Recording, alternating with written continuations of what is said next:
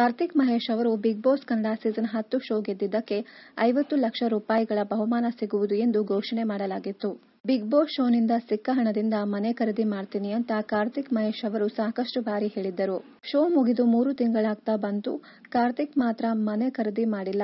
Big boss ಶೋನಿಂದ ಸಿಕ್ಕ ಹಣ ಮನೆ ಖರೀದಿ ಮಾಡುವ ಬಗ್ಗೆ ಅವರು ಇತ್ತೀಚೆಗೆ ಮಾತನಾಡಿದ್ದಾರೆ.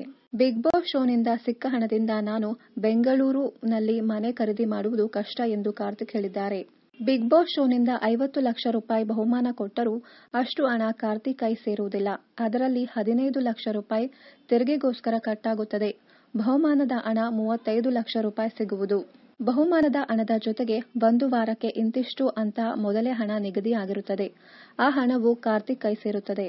ಇನ್ನು ಬಹುಮಾನದ ಹಣದ ಜೊತೆ ಕಾರ್ ಕೂಡ ಕಾರ್ತಿಕ್ಗೆ ಸೇರುತ್ತದೆ.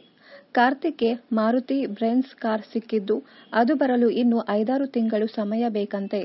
ಬಿಗ್ ಬಾಸ್ ಶೋನಿಂದ ಸಿಕ್ಕ ಹಣದಿಂದ ಮನೆ ಕಟ್ಟಲು ಸಾಧ್ಯವಿಲ್ಲ. ನನ್ನ ದುಡಿಮೆಯ ಹಣವೂ ಬೇಕು ಎಂದು ಕಾರ್ತಿಕ್ ಮಹೇಶ್ ಹೇಳಿದ್ದಾರೆ. ಸದ್ಯ ಕಾರ್ತಿಕ್ ಅವರು ಅಳಿದು ತೂಗಿ ಸಿನಿಮಾಗಳನ್ನು ಆಯ್ಕೆ ಮಾಡಿಕೊಳ್ಳುತ್ತಿದ್ದಾರೆ.